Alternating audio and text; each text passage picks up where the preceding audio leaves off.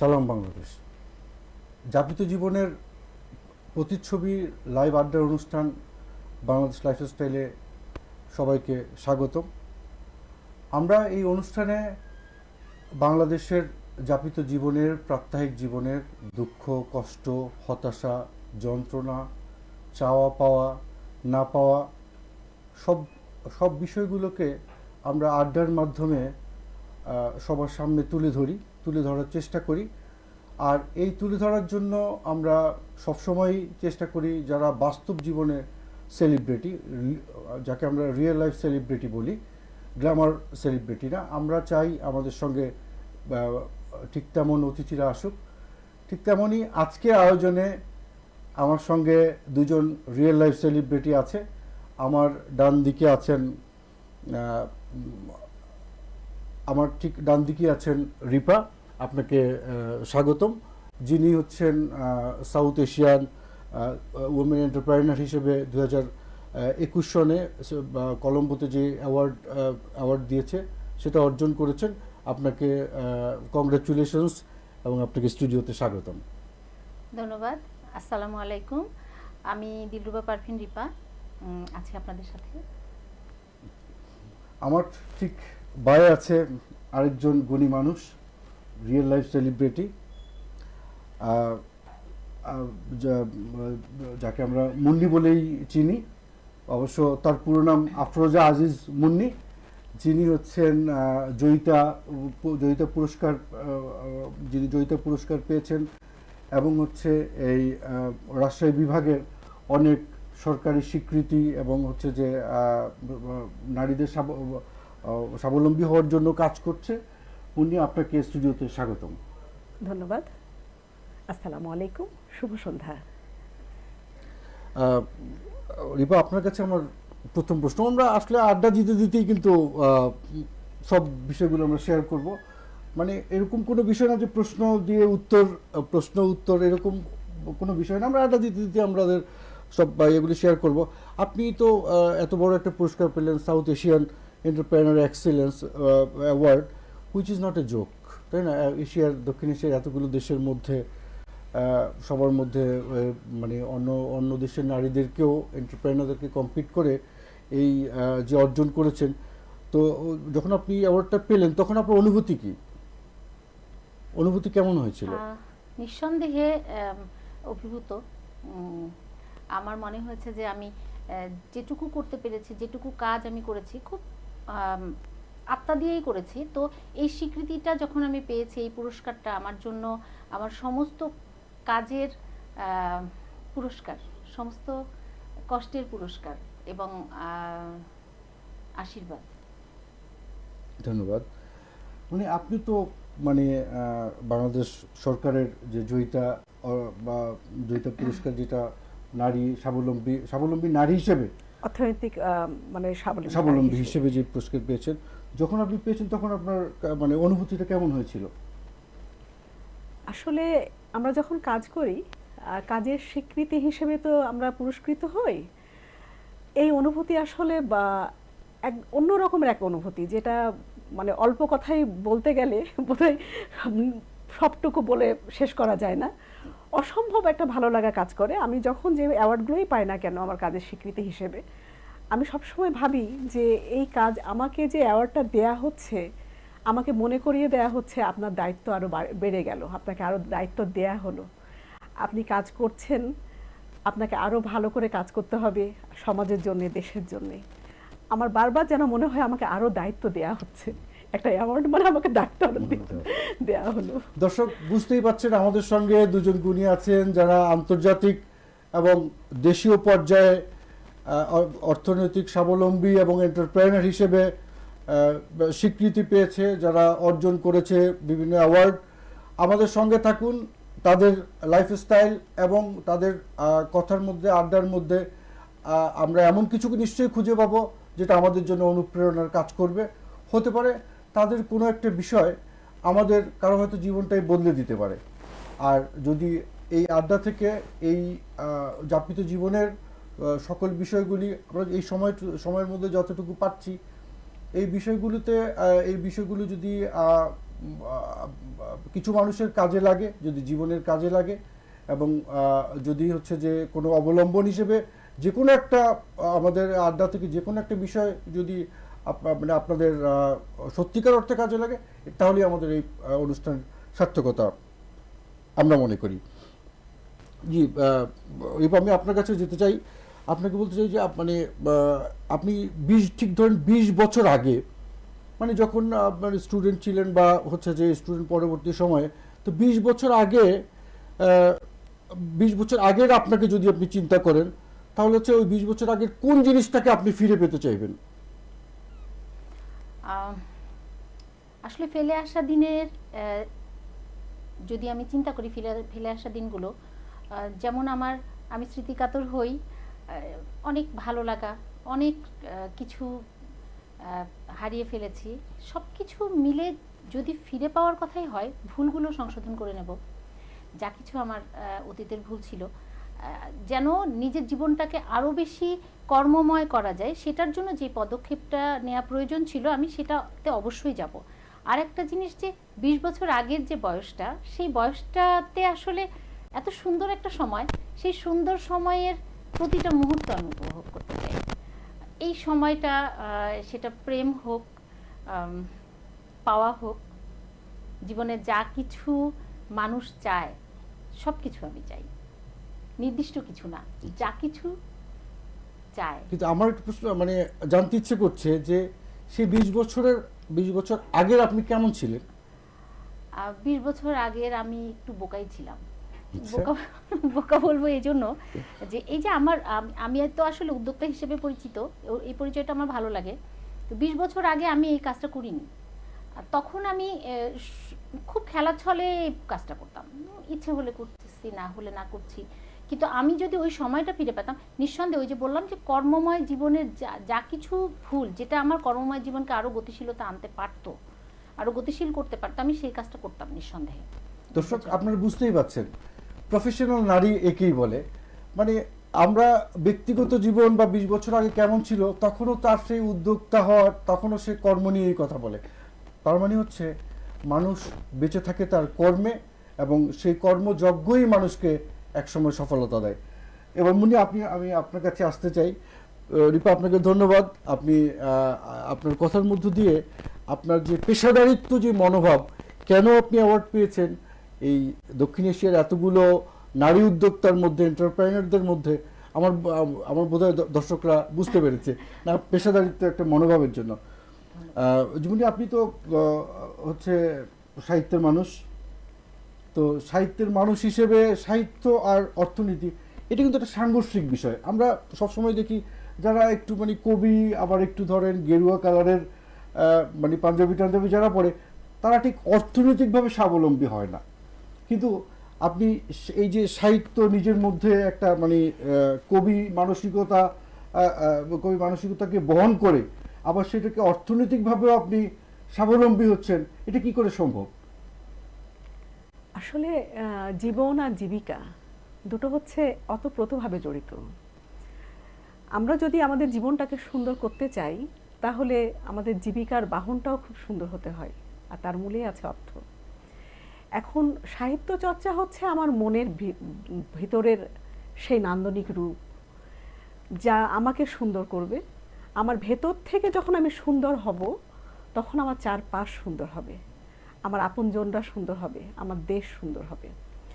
ওই জায়গাটা থেকে চিন্তা করি যে আমি একজন মানে সাহিত্যমনা মানুষ, আমি নিজেকে যেমন সুন্দর করব, নিজের ভেতর এবং বাহির, ঠিক তেমনিভাবে কেমন করে আমি আমার সমাজ এবং চারপাশকে নিয়ে এবং আমার আপনজনদের নিয়ে আমি ভালো থাকব, সেটা থাকতে গেলে আমাকে ভাবতে হবে যে আমাকে এমন কোনো কাজ করতে হবে যে কাজের মধ্য দিয়ে আমি বাঁচব আর 5 জন মানুষ বাঁচবে।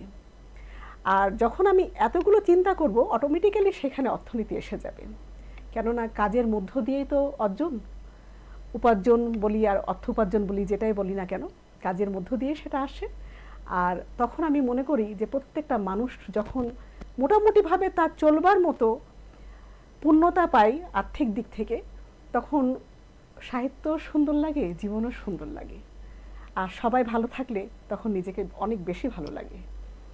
দর্শক, বুঝতেই পারছেন আমার সঙ্গে আহ, জাতীয় এবং আন্তর্জাতিক পর্যায়ের এই গুণী রিয়েল লাইফ সেলিব্রিটিরা আছে। এবং মুনি, আপনাকে ধন্যবাদ, এত সুন্দর করে আপনি যোগসূত্র যে মালাটা গাঁথলেন কর্মযজ্ঞের সঙ্গে সাহিত্য চর্চা বা সাহিত্য অনুভূতির, অসাধারণ। তো দর্শক, আমরা কিন্তু মুন্নি মানে আজকে মুন্নিকে পেয়েছি, আমরা কিন্তু তার ভেতরে যে সত্তা, যে কবিত্ব, আমরা কিন্তু কবিতা না শুনে কিন্তু আজকে ছাড়ছি না। একদম। তো দর্শক, আমরা আমরা শুনবো, আমাদের সঙ্গে থাকেন।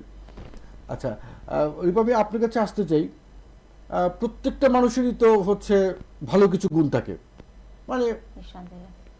ভালো মন্দ মিলিয়েই তো মানুষ, আর ভালো মন্দ মিলিয়েই আমাদের যাপিত জীবন। তো আমি আপনার কাছে আপনার ভালো গুণ গুণ কি আছে, মানে অনেক আছে, মানে আপনি যে কোনটাকে আপনি নোটিস করতে চান যে এটা আপনার সবচেয়ে ভালো গুণ, এরকম কয়েকটা গুণ বলবেন কি? হ্যাঁ, অবশ্যই আমি বলতে আমার ভালোই লাগবে, কারণ আমি কিভাবে নিজেকে চিন্তা করি, কোন কাজটাকে প্রাধান্য দেই, আমার এই গুণের কথা যদি বলা হয়, আমি মনে করি এটা আমার খুব বড় একটা গুণ, যে আমি খুব ডিসিপ্লিন মেনে চলতে পছন্দ করি। আর একটা জিনিস, আমি যখন কোনো কাজ করি আমি 100 টার্গেট করি। 100 টার্গেট করি এই জন্যই যে আমি 100 টার্গেট করব মানে আমি অন্তত 80 পাবো। এটাকে আমি আমার গুণ মনে করি। তাতে হয় কি, আমার কাজ, যে কোনো কাজে আমার সফলতার হারটা যতটুকু আমি আশা করি, অন্তত আমি কিছুটা সামনে যেতে পারি। এটাকে আমি আমার একটা পজিটিভ দিক মনে করি। আরেকটা যেটা গুণ আমি মনে করি, আমি মানবিক হতে চেষ্টা করি। যে কোনো কাজে আমি আমার যতটুকু স্বার্থ চিন্তা করি, যতটুকু লাভবান হওয়ার চিন্তা করি, তার চাইতে আমি বেশি মনে করি যে আমার পাশে যদি আমি আর একজনকেও হাত ধরে নিতে পারি। মোটামুটি এই। আর সংসার জীবনে গুছিয়ে চলতে ভালো লাগে, পরিবারের সবার প্রতি খেয়াল রাখা, বাবা মা, সন্তান, বয়স্ক আমার শ্বশুর শাশুড়ি, এই যে পরিবারের একটা বন্ধন তৈরি করে রাখা, এই পরিবারের বন্ধনটাকে গুরুত্ব দিই। আমি আপনার কাছে এই প্রসঙ্গে আরো কথা বলতে আসবো। আপনার যে প্রথম যে ব্যাপারটা যে আমরা কথা বলছিলাম, আপনি যখন বললেন যে আপনি সত্তা, মানে জননী সত্তাটা আপনার ভালো লাগে, সেই জননী সত্তা, আপনার যে জননী, তার বিষয়ে আমরা কথা বলবো। আমরা একটু মানে আপনার কাছে আসছি। আমরা আপনার কাছে জানতে চাইব যে আপনার যে স্বামী, সংসার, ব্যবসা, তারপরে হচ্ছে যে আপনার এক ভিতরে তো কবি, মানে যেই মন বা সত্তা আছে তো বহনই করেন, তো এইগুলো মিলিয়ে হচ্ছে কি, মানে কখনো কি মনে হয়েছে যে আপনি কোনো একটা জায়গায় মানে কাউকে ডিপ্রাইভ করছেন, বা কোনো একটা জায়গায় আপনি কম দিচ্ছেন বা ঠিকমতো দেওয়া হচ্ছে না? যখন আমরা নারীরা ঘরে এবং বাহিরে কাজ করি, আমি মনে করি আমার আমার জায়গা থেকে আমরা আমরা আমি একটু বলে নিই, আপনারা কিন্তু মানে যে কোনো প্রশ্ন আমরা যখন করব, মানে যাকে বলবো তিনি বলবেন তা না, যদি আপনিও চান আপনিও বলবেন, বা আপনিও, আমরা আড্ডার মতো তো, পুরোটাই তো আড্ডা, সেক্ষেত্রে যে অংশগ্রহণ, এই কারণে আমরা একটা অংশগ্রহণমূলক আড্ডাই হবে ইনশাআল্লাহ। যেটা বলছিলাম প্রসঙ্গত, যে মানে আমরা যে নারীরা ঘরে বাহিরে কাজ করি, আমার ক্ষেত্রেও সেই একই ব্যাপার। আমরা কিন্তু খুব চেষ্টা করি যেন বাইরের কাজের কারণে আমার ঘর প্রভাবিত না হয়। অনেক বেশি আমরা সেই জায়গাটাই মনোযোগী হই, যে আমার বাচ্চা বা আমার স্বামী, শ্বশুর বাড়ির লোক বা বাবার বাড়ির লোক, এনারা যেন কখনো না ভাবেন যে বাইরে এত বেশি কাজ করার জন্য আমরা বঞ্চিত হচ্ছি। আমার জায়গা থেকে আমার কথাই আমি বলি, আমি ভীষণ রকমের মানে গুছিয়ে থাকতে পছন্দ করি। এত বেশি আমি সময়ের মধ্যে চলি যে যেন আমার দ্বারা কখনো আমার সংসারের কেউ বা আমার আপনজনরা কষ্ট না পেয়ে যায়। মানুষের চলার পথে চলতে গেলে তো মানে কষ্ট পেতেই পারে ব্যবহারের কারণে, সেটাই আলাদা বিষয়, কিন্তু আমাকে ওরা পাচ্ছে না, সে কারণে আমার সংসার বঞ্চিত হচ্ছে বা আমার আপনজনরা বঞ্চিত হচ্ছে। এই জায়গাটা আমি অনেক বেশি ফার্স্ট প্রায়োরিটি দিই, যে দিন শেষে কিন্তু আমাকে ঘরেই ফিরতে হয়, এবং আমার ঘরেই যদি শান্তি না থাকে, তাহলে আমার বাইরের জগতে এত কাজ করে আমার লাভটা কি? সেই জায়গাটা থেকে আগে আমি ভাবি যে আগে আমার ঘরটাকে আর সুন্দর রাখতে হবে, ওটা তো আমার সবচেয়ে পবিত্র জায়গা। এই কারণে আমি ওই জায়গাটাতে আমার শ্বশুর শাশুড়ি, শ্বশুর বাড়ির লোকজন, বাবার বাড়ির লোকজন বা হাজবেন্ড, বাচ্চা, আমার সবটুকু আমি গুছিয়ে তবে আমি বাইরের জগতে পা রাখি, যেন ওই প্রভাব কোনোটাই যেন কোনোটার দ্বারা প্রভাবিত না হয়। আমি বাইরের কাজ শেষ করে এসে আমার ঘরে এসে যেন একবারও মনে না হয় যে কেন আমি বাইরে কাজটা করতে গিয়েছিলাম। এই জন্য তো আজকে আমার ঘরে এই এলোমেলো, বা বাচ্চাটা খায়নি, বা আমার হাজবেন্ড আমাকে হয়তো মিস করছে, ফিল করছে। হ্যাঁ, কাজের কারণে হয়তো অনেক বেশি সময় দিতে পারি না, সেটা উনিও যেমন মেনে নিয়েছেন জন্যে আমাকে স্বাধীনতা দিয়েছেন, না হলে হয়তো আজকে এই জায়গায় আসতে পারতাম না। এটা একটা আমার বড় পাওয়া। তো এই আর কি, সবকিছু একটু আমরা যারা মানে কর্মজীবী নারী, আমরা দুটোকেই ব্যালেন্স করার চেষ্টা করি। আর আমি মনে করি যে সেই কারণে বোধহয় আমরা যারা যে নারীরা কাজ করি, আমরা বোধহয় অনেক বেশি মানে মানে সব জায়গাতে সাকসেস। আমি আমার ব্যক্তিগত জায়গা থেকে বললাম এইটা। আর মুনির একটা কথা আমার খুবই পছন্দ হয়েছে, সেটা হচ্ছে যে ঘরটা আগে সামলানো। আসলে কি, আমি যদি আমার ঘর সামলাতে না পারি, এই যোগ্যতাটুকু যদি আমার না থাকে, তাহলে আমি বাইরে আমার কর্মের জায়গাটা কেমন করে সামলাবো? শিক্ষাটা তো ওখান থেকে। আচ্ছা, আমরা মানে হচ্ছে যে গতকালকে আমার এক বন্ধুর সঙ্গে কথা হচ্ছিল, তিনি বিদেশে থাকেন। আজকে আবার আরেকটা বন্ধুর সঙ্গে কথা হচ্ছে, মানে দুজনেই বিদেশি থাকেন। তো তাদের কথা হলো, তারা আমাদের এই শোগুলোকে দেখতে, মানে আমার বাংলাদেশের যত সেলিব্রিটি শো বা টক শো বা এই লাইফস্টাইল শোগুলো তারা মানে হচ্ছে যে দেখতে পছন্দ করেন না। তো আমি জিজ্ঞেস করলাম যে কেন মানে what is the reason behind?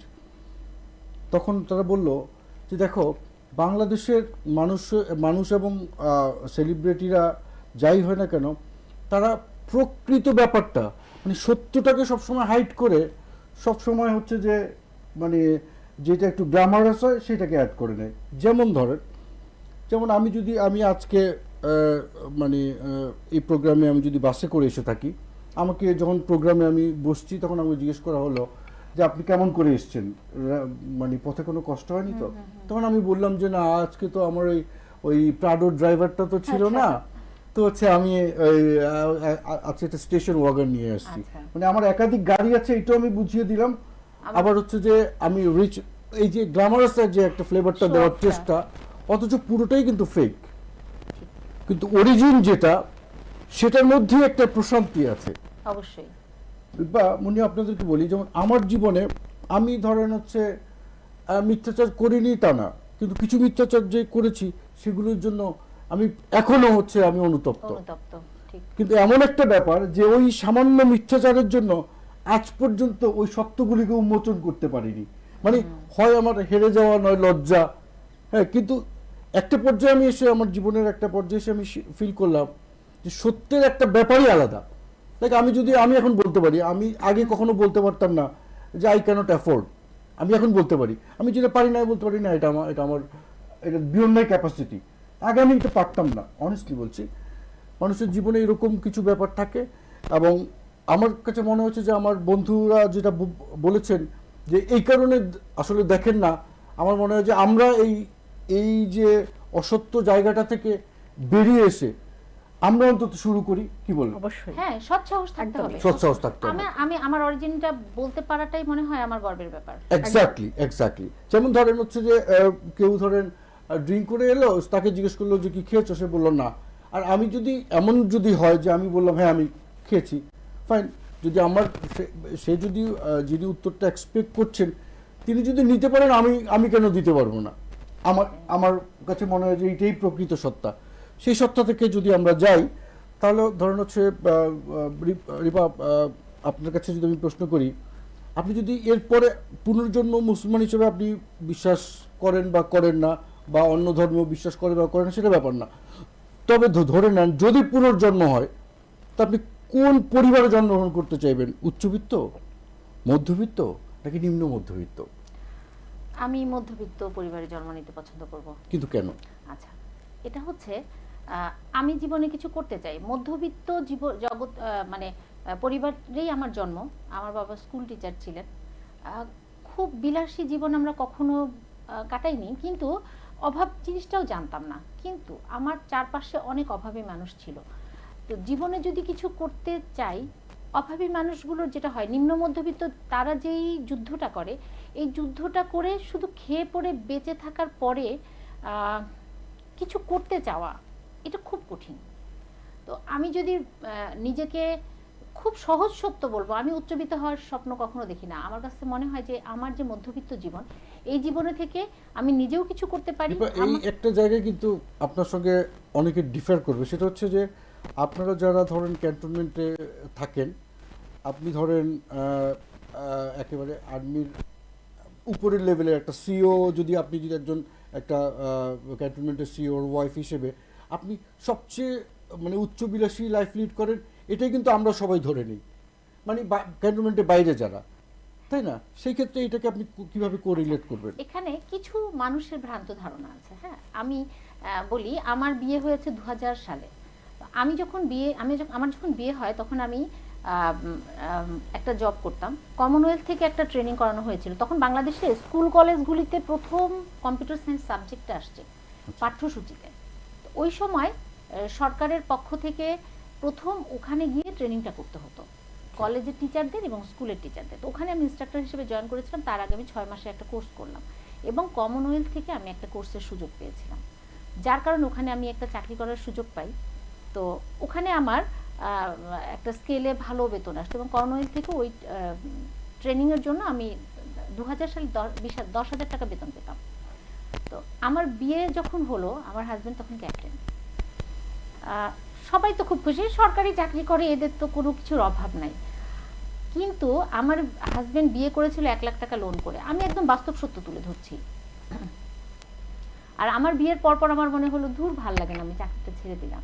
কিন্তু আমার হাজব্যান্ড আমাকে তখন হয়তো একদম নতুন তো, 2-1 মাসের মধ্যে হয়তো লজ্জায় বলতে পারে না যে তুমি চাকরিটা ছেড়ো না। তো ও যে লোনটা করে বিয়েটা করলো, বিয়ের জন্য ওদেরকে একটা লোন দেওয়া হয়। তো প্রতি মাসে লোনের টাকা, এই সেই মেস বিল হেন তেন শোধ করার পরে আমাকে সে যে টাকাটা দিত মাত্র 5,000 টাকা।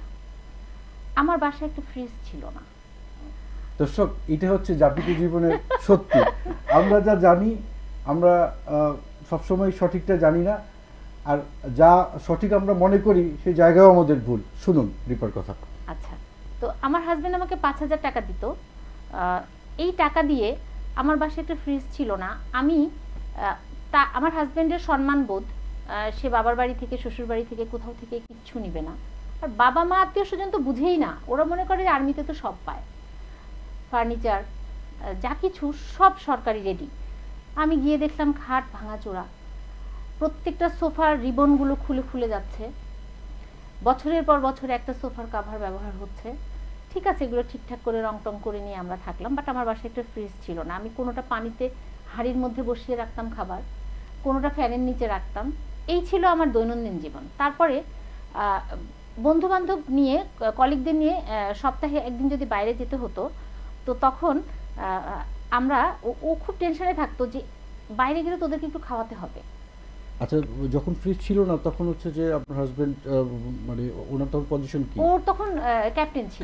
আচ্ছা, এখানেও খুব মজার একটা ব্যাপার, ফ্রিজ ছাড়া ওই চলতে পারছিলাম না কোনোভাবে, প্রচন্ড গরম, খাবার নষ্ট হয়ে যাচ্ছিল।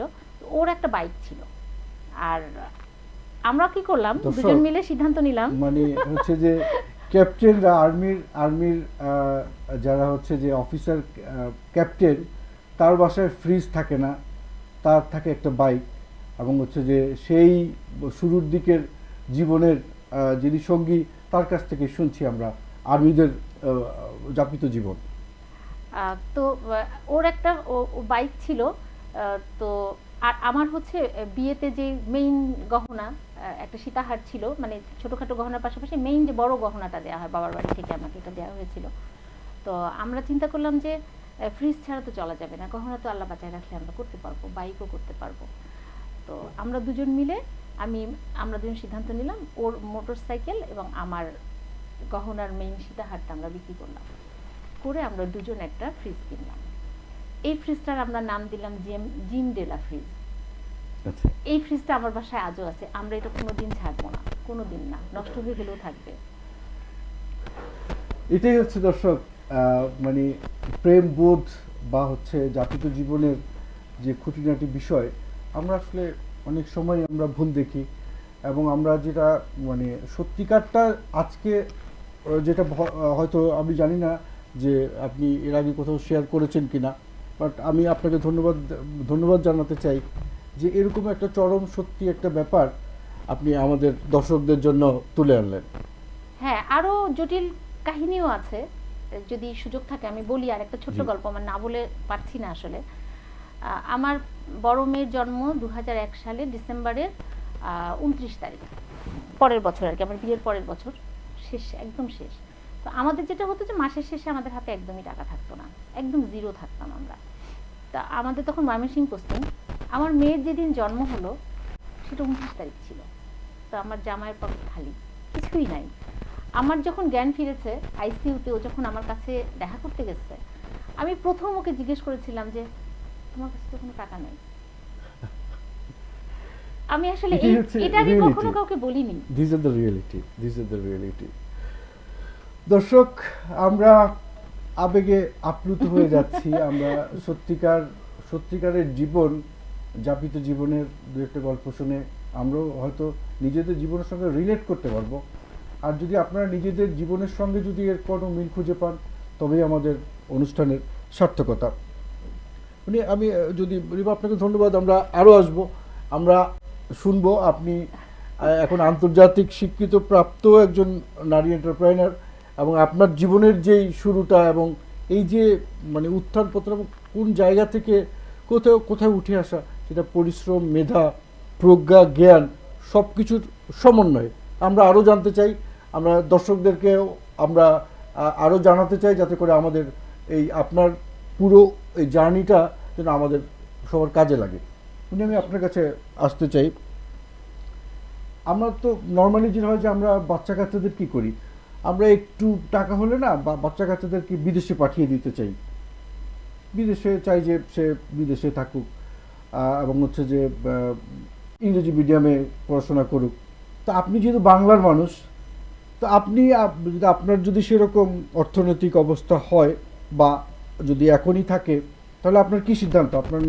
আপনার বাচ্চাদেরকে আপনি কোন মিডিয়ামে পড়াবেন, এবং বিদেশে পাঠিয়ে দিবেন না দেশেই রাখবেন? আসলে মানে আমি আমার জায়গা থেকে আমার কথাই বলি। আমাকে অনেকেই ঠাট্টা করে বলুক বা যেভাবেই বলুক না কেন, আমার ভীষণ রকমের দেশপ্রীতি।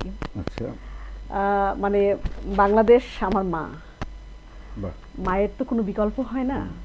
আমি ভীষণ রকমের গর্ববোধ করি যে আমি এই দেশে জন্মগ্রহণ করেছি। আমি ভীষণ রকমের আশাবাদী আমার বাংলাদেশ একদিন সেই সোনার বাংলায় পরিণত হবে, যেভাবে আমরা দেখতে চাই। ওই জায়গাটায় গেলে আমি ভীষণ আবেগ আপ্লুত হয়ে যাই। আমি যখন শান্তিনিকেতনে পড়ালেখা করতাম, অনেকেই অনেকভাবে আমাকে বলতো কি যে আপনি তো এমন জায়গায় পড়ালেখা করেন, ওইখান থেকে তো আপনি বিভিন্ন জিনিস নিয়ে এসে আপনার শোরুমে রাখতে পারেন, সেখানকার লেদার, সেখানকার স্টিচের শাড়ি, এটা সেটা। আমি কখনো কোনোদিনও গিফটের জন্য এনেছি, গিফট হয়তো সুন্দর একটা জিনিস গিফট করতেই পারি নিয়ে এসে একটা জায়গার জিনিস, কিন্তু আমার প্রতিষ্ঠানে আমি বিক্রি করব অন্য কোথাও থেকে কোনো কিছু নিয়ে এসে, যতই সুন্দর জিনিস হোক না কেন, শুধু মনে হয়েছে আগে আমার দেশটা বাঁচুক না কেন, আমার দেশের মানুষগুলো বাঁচুক। আমি কেন এই কথাগুলো বললাম? আমি স্বপ্ন দেখি আমার বাচ্চাকে, যে আমার বাচ্চা একদিন এই দেশেই সেই মানুষটা হবে যেই মানুষগুলোকে নিয়ে আমরা স্বপ্ন দেখি, একদিন ভালো মানুষ। আমার বাচ্চা যদিও এখন মানে ইংলিশ ভার্সনে পড়ে, হয়তো বাস্তবতার কারণে পড়াচ্ছি, কিন্তু আমার বাচ্চা মানে আমার বন্ধু প্রসঙ্গত যেটা বলছিল যে ভালো আবৃত্তি করে, কতটা ভালো করে জানি না। আমি সবসময় ওকে বলি যে তোমার জানবার জন্য, তোমার লেখাপড়া করবার জন্য তুমি ইংরেজিতে পড়ো, কিন্তু ঘরে এসে মাকে তুমি ডাকো, ঠিক তোমার ওই রকম তোমার বাংলা ভাষা, তোমার প্রত্যেকটা ক্ষেত্রে স্পষ্টতা থাকতে হবে। ভাষায় যেন কখনো কোনো অসম্মানজনক, এই যে তোমরা বাংলিশ স্টাইলে কথা বলো, আমার কানে যেন কখনো না আসে এগুলো। যখন যেটা বলবে সেটা সেইটাই বলবে। আর হচ্ছে যে নিজের দেশকে ভালোবাসবে, কবিতা পড়বে, দেশাত্মবোধক গান শুনবে, দেশের গান শুনবে। আমার দেশে বহু সুন্দর সুন্দর গান আছে, ভাওয়াইয়া, পল্লীগীতি, লালন গীতি, এগুলো আমার গান, আমার দেশের গান, আমাদের গান, আমাদের কবিতা, এগুলো চর্চা করবে। জীবনে চলবার জন্য অনেক কিছু প্রয়োজন, সেটা গ্রহণ করতে হবে, বাট নিজের শেকড়কে ভুলে নয়। আমি কোথা থেকে এসেছি, কিভাবে এসেছি, এগুলো মাথায় রাখতে হবে। আমি আমার বাচ্চাকে সেই জ্ঞানই দেওয়ার চেষ্টা করি, এখন পর্যন্ত দিচ্ছি। ভবিষ্যতে কি হবে সেটা আজও জানি না, কিন্তু এখন পর্যন্ত সবসময় ভাবি আমার বাচ্চা এদেশের মাটিতেই বেড়ে উঠুক। ধন্যবাদ।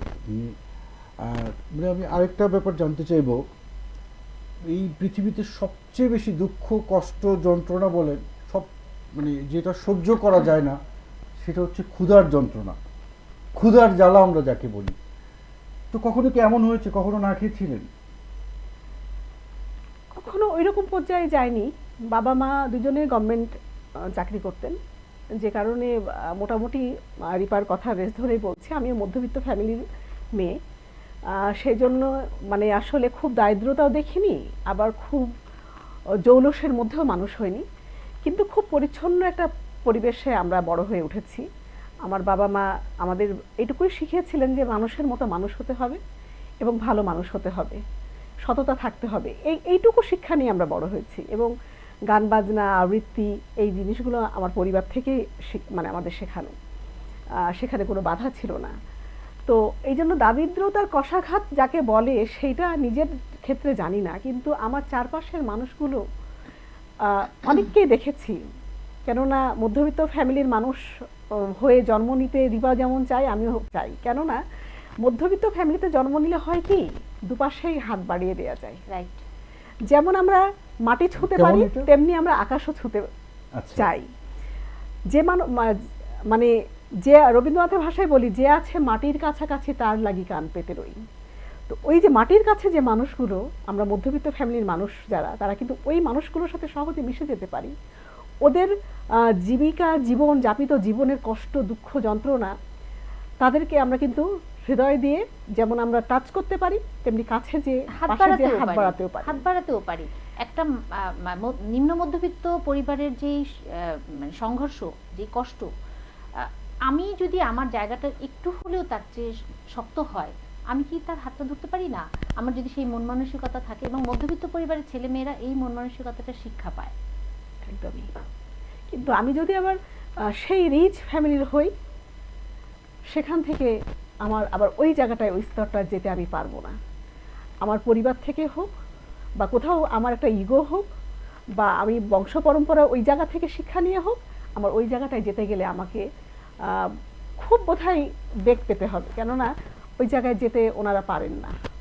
আর যারা যান তারা আসলে ক্ষুধার যন্ত্রণা যদিও ওনারা উপভোগ করেনি, ওনাদের জীবনে এরকম হয়তো সময় আসেনি, কিন্তু যে মানুষগুলো ক্ষুধার যন্ত্রণা কাতর, তাদেরকে হাত বাড়িয়ে দেয়া এবং তাদের সঙ্গে যাপিত জীবনের অনেক কিছু শেয়ার করা, সেটাও ওনারা করছেন।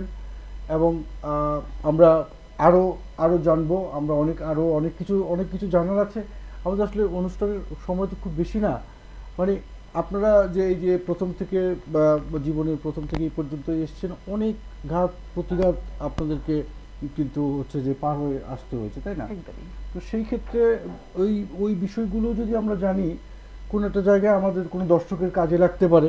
এই কারণেই কিন্তু আমরা রিয়েল লাইফ সেলিব্রিটিদের আমাদের এই অনুষ্ঠানে আমন্ত্রণ জানাই। কারণ হচ্ছে যে যারা গ্ল্যামারের সেলিব্রিটি, যাদেরকে আমরা বলি, তাদের লাইফটা তো সবই গ্ল্যামারাস, সব হচ্ছে চাকচিক্যে ভরা, এবং সেখানে ওনারা ওই মানে আকাশের থেকে মাটি ছুঁতে পারে না। আপনারা যেমন ইচ্ছা করলে, যদি ইচ্ছা হয়, আকাশটাও ছুঁতে পারেন, আবার যদি প্রয়োজন হয় মাটিটাও স্পর্শ করতে পারেন। তো এইটাই হচ্ছে রিয়েল লাইফ সেলিব্রিটি বলি আমরা।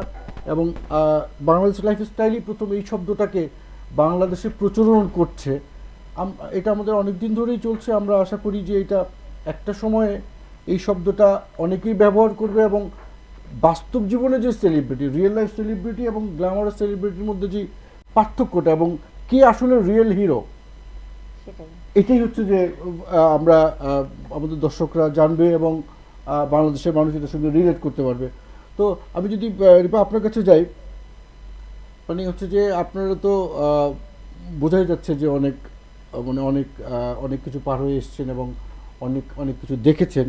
তো আমি সমসাময়িক একটা বাংলাদেশি যাপিত জীবনের বিষয়, সেটা হচ্ছে ডিভোর্সের সংখ্যাটা ইদানিং অনেক বেশি। আপনি খেয়াল করেছেন কিনা আমি জানি না, আপনারা খেয়াল করেছেন ভীষণ, কিনা, ভীষণ। যে 26% প্রথম আলো আমরা কি একটা নিজেরাও ডাটা খুব, দিয়েছে, তাই না? তো এইটা আপনার কাছে কি মনে হয় বাবুনি, আপনিও বলেন যে এটা কেন হচ্ছে বলে মানে আপনারা মনে করেন? আপনারা প্রকৃত জীবনের হিরো, রিয়েল লাইফ সেলিব্রিটি, আপনাদের জীবন থেকে যা যে জ্ঞান দেখা সেগুলো একটু শেয়ার করেন আমাদের সঙ্গে প্লিজ।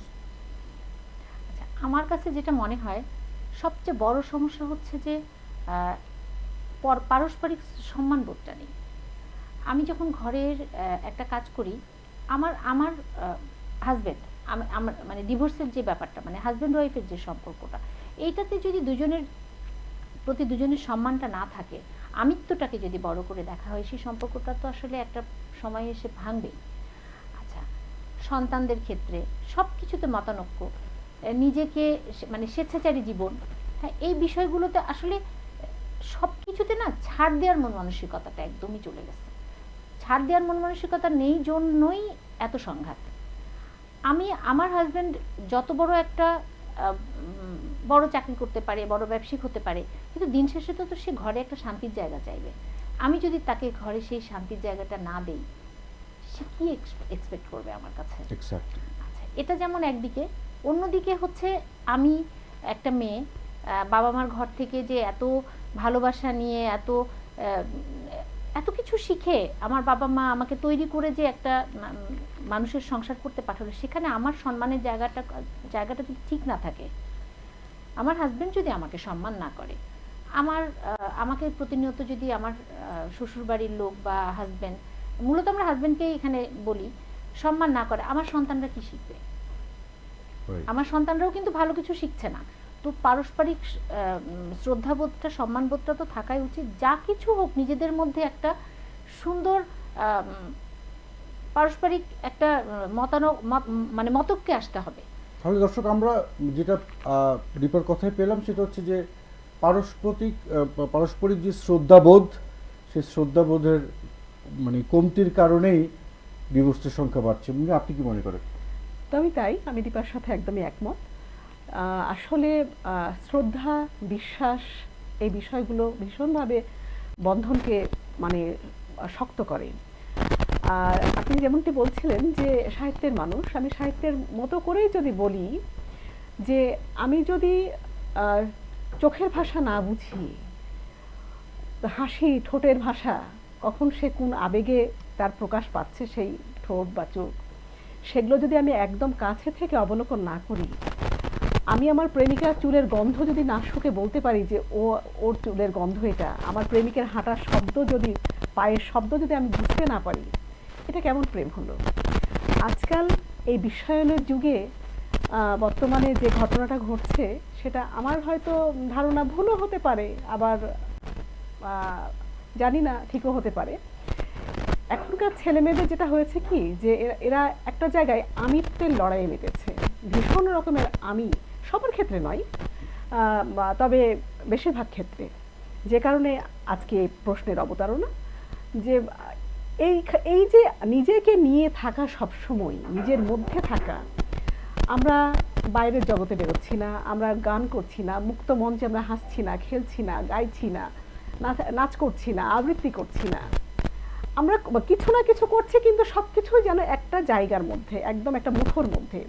বিশ্ব একসময় আমরা জানতাম যে পৃথিবীর মুঠের মধ্যে আসবে, ঠিক আছে, পৃথিবী আর মুঠের মধ্যে এসেছে, এটা আমরা নেগেটিভ কিছু নিচ্ছি না, কিন্তু আমিত্ব, ভালোবাসার জায়গাটা হারিয়ে গেছে। ওই আমার সংসার, আমার টাকা, আমার জীবিকা, আমি করছি, এই জায়গা থেকে আমাদেরকে বেরিয়ে আসতে হবে। একদমই আমাদের যা কিছু সংসারের সব আমাদের, আমার নয়। আমি এবং আমার সঙ্গে আমার যে পার্টনার থাকবে, আমার যে স্বামী বা স্ত্রী থাকবে, আমাদের। যখন আমার থেকে আমাদের হবে, তখনই সুখের একটা ঘর রচনা হবে, আর সেখানেই বন্ধনটা অনেক বেশি শক্ত থাকবে, দৃঢ় হবে। আমি আপনার কাছে যদি জানতে চাই বুনি, আপনার কাছেও একই প্রশ্ন আমার থাকবে। আপনার সন্তানদের কাছে আপনার কি প্রত্যাশা? আচ্ছা, সন্তান একটি আমার, সন্তানের কাছে প্রথম মানে আমার প্রত্যাশা হচ্ছে সে ভালো মানুষ। একটি মানে কি মানে হচ্ছে আমার যে একটি একজন, মেয়ে, হ্যাঁ, একটি মেয়ে। তো প্রথমে আমার মেয়েকে আমি সবসময় যে কথাটা বলি, তোমাকে ভালো মানুষ হতে হবে। একজন ভালো মানুষ হতে গেলে যে গুণাবলীগুলো থাকা উচিত তোমাকে সেটুকু আগে অর্জন করতে হবে। যেটা আগে যে কথা আগে বলছিলেন আগে বলছিলাম আমি সবসময় আমার বাচ্চার কাছে এইটাই আমার চাওয়া। জি। তারপরে হচ্ছে যে সে দেশের জন্য কাজ করবে, মানুষের জন্য কাজ করবে। এটা হচ্ছে আপনার একদম সন্তানের কাছে আপনার সন্তানের কাছে প্রত্যাশা, আমার তাই তো? প্রত্যাশা। নিবুনি, আপনার কাছে কি সন্তানের কাছে আপনার কি প্রত্যাশা? প্রথমত ভালো মানুষ হতে হবে। সরি,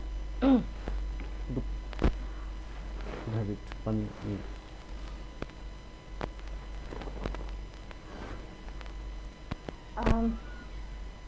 পরিবারের যে শিক্ষা, পরিবারের শিক্ষা থেকে শুধু এই না যে আমি একাই আমার জন্য যথেষ্ট। আমি আজকে থাকবো না, ওর বাবা আজকে নাও থাকতে পারে, কিন্তু পরিবারের আমার আমি যদি বলি যে ওর নানা নানি, ওর দাদা দাদি, ওর চাচা চাচি, এই যে পারিবারিক বন্ধন, এই জিনিসগুলো কিন্তু আমার পরে আমার সন্তানরা যদি ওর কাজিনদের সাথে, ওর আত্মীয় স্বজনের সাথে এই যোগসূত্রটা যেন থাকে, মাটির সাথে ওর শেকড়ের সাথে যেন সম্পর্কটা থাকে। জি দর্শক, আমরা এই বিষয়ে আরও কথা বলবো। আমরা হচ্ছে যে এখন আমরা একটু অন্য প্রসঙ্গে যাই। আমরা পরের যে কোনো একটা প্রশ্নের সঙ্গে এই প্রশ্নটাকে রিলেট করব। আপনাদের কাছে আমি আসলে এখন তো ধরেন হচ্ছে এই যে ফেসবুক কি করেছে, বাবা এবং ছেলেকে বন্ধু বানিয়ে দিয়েছে, তাই না? মানে আপনি আপনার বাবার সঙ্গে সংযুক্ত হচ্ছে মানে আপনি বাবার ফ্রেন্ড হচ্ছে, ফ্রেন্ডের লিস্ট বড় হচ্ছে, তাই না? সব জায়গায় সবাই ফ্রেন্ড হচ্ছে। তো আসলে মানে বন্ধুত্ব ব্যাপারটা আসলে কি, মানে আপনাদের কাছে কি? যদি আপনি বলেন যে রিপা। আমার আসলে একটু অসুস্থ ওকে, আচ্ছা, বন্ধুত্বের জায়গাটা হচ্ছে যে ঠিক নিজের আয়নায় যেমন নিজেকে হুবহু দেখা যায়, আরেকজন ব্যক্তি আমার পাশে যাকে আমি বন্ধু বলছি, উনি যেন ঠিক ওই রকম আয়নার মতো স্বচ্ছ হয়, ঠিক যেন আমারই প্রতিচ্ছবি, আমার মতো হয়ে কথা বলছে। যিনি আমাকে বুঝবেন না, আমাকে বুঝতে চাইবেন না, আমাকে বিশ্বাস করবেন না, বিশ্বাসের জায়গাটা যেখানে একদম পরিপূর্ণতা পাবে না, সেখানে সে বন্ধু হতে পারে না। আমি সেই মানুষটাকেই বন্ধু বলবো যেখানে আমি চোখ বন্ধ করে নির্ভর করতে পারি, যার কাছে আমি আমার সমস্ত খোলা আকাশের মতো, আমি একেবারে একটা সাদা কাগজের মতো তার কাছে নিজেকে উপস্থাপন করতে পারি, যে আমাকে দেখলেই বুঝবে যে আসলে আমি ভালো আছি নাকি আসলে ভালো নেই। আপনার এখন বন্ধুর সংখ্যা কত? আসলে যদি একদম ইন্ডিভিজুয়ালি বলি যে ইনি এইরকমই আমার 2-4-5 বন্ধু, সে অর্থে বলবো যে ওই রকমভাবে আমার 2-4 বন্ধু নেই। আমি বন্ধু মনে করি সবাইকে, আমার বাবা মা, আমার ভাই বোন, আমার ননদ দেবর, আমার স্বামী, আমার সন্তান, আমার চারপাশে সবাই আমার বন্ধু। কিন্তু দর্শক, বন্ধুত্বের সংজ্ঞাটা হয়তো মনির কাছে একটু অন্যরকম, মানে অন্য দিকেই গিয়েছে।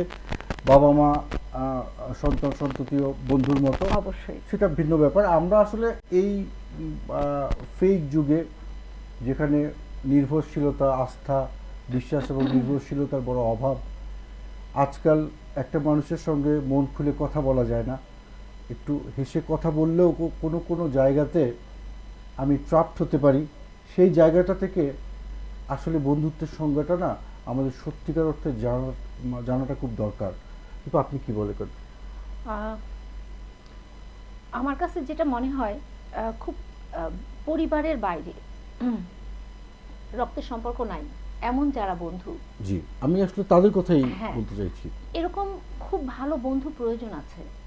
হয় কি, আমার বাবা মা, ভাই বোন, আত্মীয় স্বজন, ওই যে কথায় বলে না যে ভাইয়ের ভাই মেরেও চায় ফিরেও চায়, তো আত্মীয়ের জায়গাটা তো ওইখানে। কিন্তু আমার পরিবারের বাইরে যে বন্ধু, অনেক সময় হয় কি আমার দম বন্ধ হয়ে আসে, আমার পরিবারে এমন কিছু ঘটতে পারে, আমার একজন মন খুলে কথা বলার বন্ধু দরকার, যাকে কিনা আমি চোখ বন্ধ করে বিশ্বাস করতে পারি। এরকম একজন বন্ধু আমার খুবই প্রয়োজন আমি মনে করি। সেই দিক থেকে ভালো বন্ধু মানুষের জীবনে প্রয়োজন আছে, এবং এরকম বন্ধু খুব বেশি হয় না। যে ভালো বন্ধু মানে সংজ্ঞাটা কি, মানে কেমন হলে ভালো হবে, যে এই তার এরকম এরকম যে গুণাবলীটা কেমন থাকতে হবে? প্রথম দরকার হচ্ছে বিশ্বাস, নির্ভরতা। আমি যেন চোখ বন্ধ করে বিশ্বাস করতে পারি সে আমার মানে কি বলে আয়না, আমি আমি নিজেকে যা যা ভাবি সে আমার কাছে ঠিক তাই। হতেই পারে যে সে আমার খুব বড় প্রয়োজনে সে আমাকে সাহায্য করতে পারলো না, কিন্তু হতেই তো পারে যে সে আমার একটা বন্ধু খাতা। Absolutely. একদমই তাই, আমি রিপার সাথে একদম দর্শক, একমত। আমি হয়তো প্রসঙ্গত আমরা আসলাম বিষয়টাতে। আমাদের সময় খুব কম বলে আমরা অনেক অনেক বিষয় জানতে চাই, এই কারণে হচ্ছে যে স্পেসিফিক একটা বিষয় নিয়ে কথা বলা বা আরও ডেপথে যাওয়া আমাদের পক্ষে সম্ভব হয় না। তবুও আমরা অনেক বিষয় নিয়ে আরও কথা বলবো, এই কারণে আমরা এই প্রসঙ্গটাকে এখানে ছেড়ে আমরা অন্য প্রসঙ্গে যাচ্ছি। মানে আপনার কাছে আমি জানতে চাই যে বিয়ে একটা অনাকাঙ্ক্ষিত মানুষের জীবনে, অনাকাঙ্ক্ষিত আবার কখনো কাঙ্ক্ষিত। তো অনাকাঙ্ক্ষিত কাঙ্ক্ষিত এইটাকে সমন্বয় করে যদি মানুষের বিয়ে যদি বাট কারো কাছে কাঙ্ক্ষিত বা কারো কাছে অনাকাঙ্ক্ষিত হলেও বিয়ের প্রয়োজনীয়তা আছে, তাই না? আছে কি নেই? আমাদের ধর্মমতে, মুসলিম ধর্মমতে যদি হয়, যেটুকু আমরা জানি বা শুনি, সেটা হচ্ছে যে আসলে মানে আমরা মানে ধর্মের ব্যাপার না, আমার কথা হলো যে আপনি মানুষ, আপনি একজন মানে মানবীয় গুণাবলী সম্পন্ন মানুষ। সেখানে আমি ধর্মের দোহাই দিয়ে ধর্মের কথা বলে আমি কোনো কিছু কোনো দিকে যেতে চাই না। আমি একটা মানুষ হিসেবে আমি যেটা ফিল করি আমি সেটাই বলি। যদি আমি মনে করি যে আমার একজন লাইফ পার্টনার প্রয়োজন, আমার জীবনে চলবার জন্য একজন ভালো মানুষ প্রয়োজন, তাহলে অবশ্যই সে বিয়ে করবে। ওকে, তাহলে দর্শক, তার মানে হচ্ছে মানুষের কাঙ্ক্ষিত হোক অনাকাঙ্ক্ষিত হোক, মানুষের জীবনে বিয়ের প্রয়োজনীয়তা আছে। এবং যদি ধরুন বিয়ের প্রয়োজনীয়তা থেকে থাকে, মনে যেটা বললেন মানে আপনি তাহলে হচ্ছে যদি আপনি বিয়ে যদি আমরা মানে প্রয়োজন হয়ে থাকে, বিয়ে করলে আমরা কেমন মানুষকে বিয়ে করব? যেমন ধরেন হচ্ছে আমার যদি আমি পাত্রী হই, তাহলে আমার পাত্রটা কেমন হওয়া দরকার, আমি যাকে বিয়ে করব মানে তার আমি কোন কোন ব্যাপারগুলি দেখব। আর আমি যদি পাত্র হই তাহলে হচ্ছে আমি পাত্রীর কোন কোন ব্যাপারগুলি আমার দেখতে হবে বিয়ে করতে। পাত্র বা পাত্রী উভয়ই তো মানুষ, সে জায়গা থেকে অবশ্যই তাকে ভালো মানুষ হতে হবে, ভালো মনের মানুষ। এখন তাহলে মানে প্রশ্ন আসতে পারে, এক কথায় আপনি বলে দিচ্ছেন ভালো মানুষ।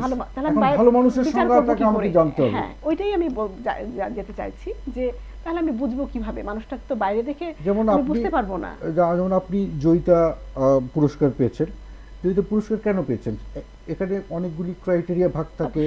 হয়তো যে আপনার আন্ডারে কতজন নারী স্বাবলম্বী হয়েছে এ পর্যন্ত, আপনার কয়টা প্রতিষ্ঠান আছে, কয়টা আপনি দেশীয় প্রোডাক্ট নিয়ে কাজ করছেন, কিংবা হচ্ছে যে আপনি মানে দেশীয় প্রোডাক্ট বিদেশে পাঠাচ্ছেন কিনা, কত টাকা এসছে, অনেক কিছু মানে সূচক নির্ভর করেই কিন্তু আপনি পেয়েছেন, তাই না?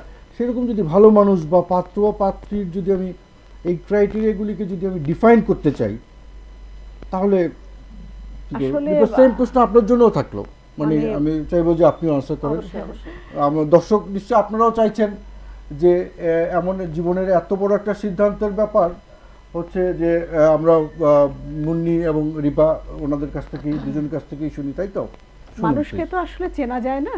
মানুষ আমার একজন শ্রদ্ধেয় শিক্ষক, আমি যখন ইউনিভার্সিটিতে পড়ি প্রথম একদম ফার্স্ট ইয়ারে, তখন স্যার বলেছিলেন, শ্রদ্ধেয় মজিউদ্দিন স্যার বলেছিলেন প্রথম ক্লাসেই, যে মানুষকে কখনো চেনা যায় না, মানুষকে জানা যায়।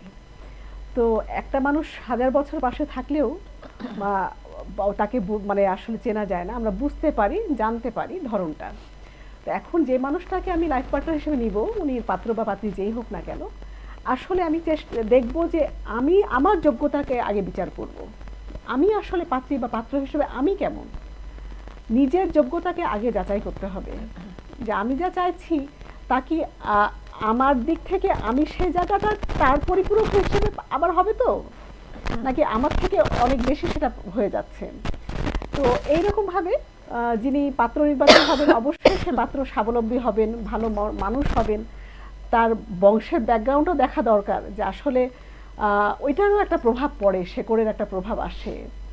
তারপরে তিনি সামাজিকভাবে কোন অবস্থানে আছেন, তারপরে যাকে আমি আমার লাইফ পার্টনার নির্বাচন করছি উনি আমাকে নিয়ে সারাটা জীবন কাটাবেন, তার জন্য তিনি কতটা আসলে আমাকে নিয়ে পারবেন চলতে, মানে সব রকম মানসিকভাবে চিন্তা বিচার বিশ্লেষণ আসলে আমাদের করে উভয় পক্ষেরই করা উচিত। আচ্ছা, আমি বলি সেটা হচ্ছে যে আমাদের হয়তো আমাদের বর্তমান এখন পর্যন্ত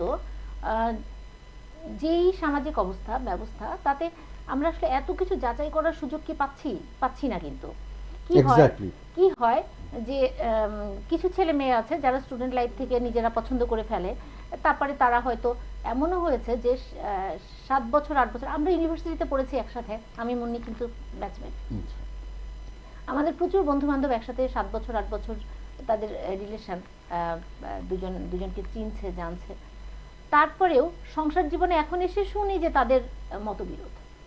তো আসলে বিচার করা আসলে খুব কঠিন, আর তাছাড়া মানুষ পাল্টায়, রিপা, এটা তো সত্যি। আসলে ওই সময়টা থাকে না আবেগের বয়স। হুম, হুম, হুম। আজকে যে মুহূর্তে এসে আমরা কথা বলছি, এই যে আজকে এই যে প্ল্যাটফর্মে, এই সময়টা হচ্ছে কিন্তু আমরা এমন একটা বয়সে গেছি যখন আমরা মোটামুটি একটা বিচার বিবেচনার জায়গায় চলে গেছি, বুঝতে চলে পারি। আসছি, হুম। কিন্তু যে সময়টা আমরা একটা বিবাহ বন্ধনে আবদ্ধ হই, ওই সময়টা বেশি আমাদের কিন্তু আবেগ কাজ করে। হ্যাঁ, কিন্তু আর ওই কারণে আমরা হয়তো নির্বাচন করতে কিন্তু ভুল 7 করে বছর ফেলি। 8 বছর একসাথে চলার পরেও কি মানুষ মানুষকে চিনতে পারে না? হয়তো ওই যে ভালোবাসার দর্শক, মোহ একটা থাকে, মোহ 7 বলে একটা বছর কথা 8 থাকে বছর তো। পরেও চেনা যাচ্ছে না, জানা যাচ্ছে না, তার মানে হচ্ছে তাহলে এত লম্বা একটা জীবন দুজন মানুষ একসঙ্গে কিভাবে পার করবে?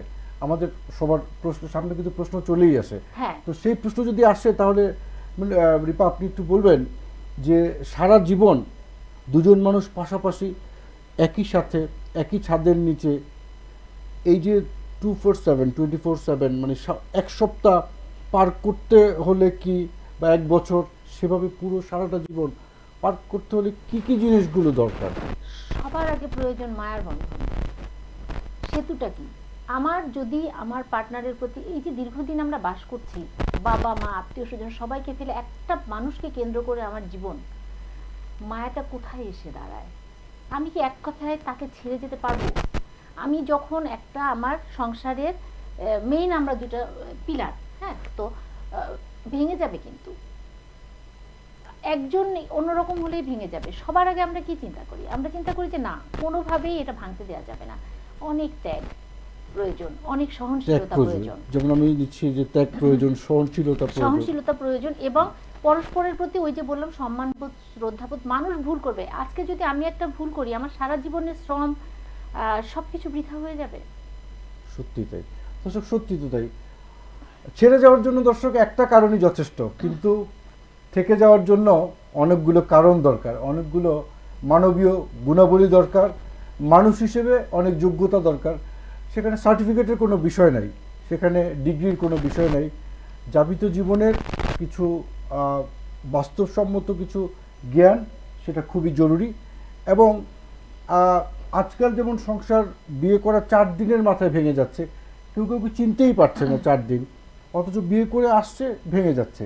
আমার মনে হয় দর্শক যে আমার গুণীরা যেই কথা বললেন, যে সেখানে সহনশীলতার অভাব, সেখানে মায়ার বড় অভাব, সেখানে স্বার্থান্বেষী চিন্তা, চাওয়া পাওয়ার হিসেব, কিংবা আমিত্ব, ওই যে শুধু আমার আর আমার, এই জিনিসগুলো আমাদেরকে আর এক ছাদের তলায় থাকতে দিচ্ছে না।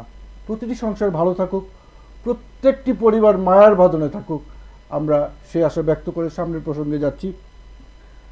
মুন্নি, রিপা, আপনার দুজনের কাছে প্রশ্ন। আপনারা হচ্ছে উদ্যোক্তা, আপনারা ধরেন অর্থনৈতিকভাবে স্বাবলম্বী, এবং কথিত আছে নারীরা স্বাবলম্বী যখন হয় তখনই তার সংসারে অশান্তি লাগে। এটা আমার কথা না, আমার দর্শকদের কথা, হাজারো মানুষের কথা। নারী যতদিন না আত্মনির্ভরশীল হচ্ছে ততদিন সে মানে ছাড় দিচ্ছে, মেনে নিচ্ছে। যখন একটু স্বাবলম্বী হয় তখন আর তারা তখনই হচ্ছে তারা কেমন নারীবাদী হয়ে ওঠে। আমার এটা মানে আমাদের এই যাপিত জীবনের বিভিন্ন অভিজ্ঞতা এবং দর্শকদের মতামত থেকে বলা। সেক্ষেত্রে এখানে আপনি কি বলবেন? তারা কি সত্যি বলছে না অসত্যি বলছে? না, সব ক্ষেত্রে সত্যি না। কারণ স্বাবলম্বী আমি আজকে হয়েছি, সত্যি কথা। আমি আমার ব্যক্তিগত অভিজ্ঞতা বলি, আমি আমার এই উদ্যোগ শুরু করেছিলাম 0 থেকে, কোনো রকম কোনো টাকা ছাড়া আমি আমার উদ্যোগ শুরু করেছি।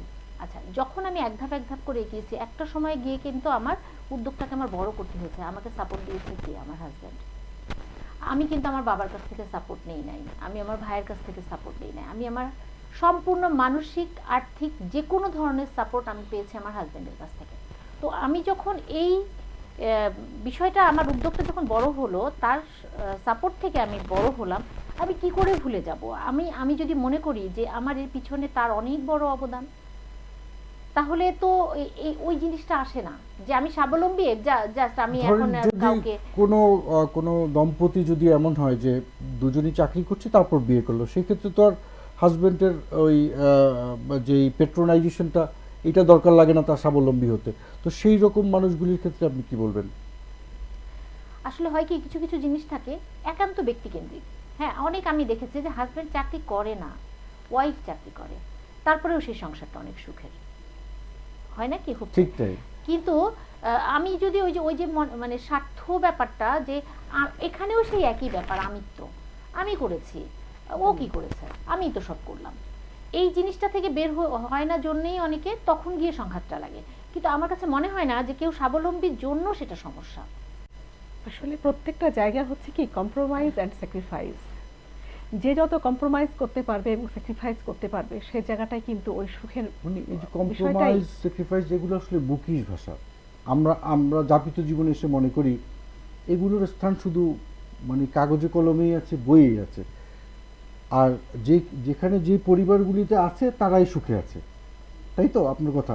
অবশ্যই। কিন্তু এই যে স্যাক্রিফাইস এবং কম্প্রোমাইজ, এটা আপনি কোন বিষয়ে কতটুকু করবেন, এটা একটা ব্যাপার। আর সবচেয়ে বড় কথা কি, ওই যে আমরা প্রথমে যে প্রসঙ্গটা বলছিলাম, একজন মানুষের মধ্যে অনেকগুলি মানুষ, অনেকগুলো সত্তা বসবাস করে। তো তো কিছু কিছু মানুষের কথন, তাদের আচরণ, ধরেন সবার সামনে একরকম, তার হাজবেন্ডের সঙ্গে একেবারেই আলাদা। আমি অনেক দেখেছি একদমই যে হচ্ছে যে এই এই নারী এরকম অকথ্য ভাষায় কথা বলতে পারে, এইটা কেউ বিশ্বাসই করবে না। আছে। আছে। এটা বিশ্বাসই করবে না। ঠিক পুরুষের ক্ষেত্রেও তাই। হুম হুম। পুরুষরাও এমন কিছু পুরুষ আছে যারা সমাজে খুব ভালো মানুষ হিসেবে পরিচিত, কিন্তু ঘরে সে ওই একদম নারীটা এরকম হয়। এক্স্যাক্টলি। তো এই কারণে মানে আমার কাছে যেটা মানে স্পষ্টই মনে হয়, আমি জানি না যে আপনারা আমার সঙ্গে একমত হবেন কিনা। তো সেই ক্ষেত্রে আপনি ধরেন যে উনি যেটা বল স্যাক্রিফাইস, কম্প্রোমাইজ, এখানে ধরেন হচ্ছে আপনি কিভাবে সমাজকে বোঝাবেন? স্যাক্রিফাইসের কথা যদি বলেন, তাহলে দুপক্ষকেই করতে হবে। একটা মানুষ যখনই কোনো বড় কোনো সমস্যা হয়, স্যাক্রিফাইসের ব্যাপারটা তো তখনই আসে। কখন স্যাক্রিফাইস করবেন? সুন্দর সুন্দর মতো সবকিছু চলে যাচ্ছে, তখন তো স্যাক্রিফাইসের প্রশ্ন আসে না। একটা বড় যখন ক্রাইসিস আসে, তখন গিয়ে স্যাক্রিফাইস সেটা দুজনকেই করতে হবে। একজন দিনের পর দিন করলে সংঘাত বাঁধবেই। তো সেক্ষেত্রে কি দুজনের মন মানসিকতা, ওই যে একজনের প্রতি আরেকজনের শ্রদ্ধাবোধ, আমি ঘুরে ফিরে একটা জায়গাতে ভালোবাসা।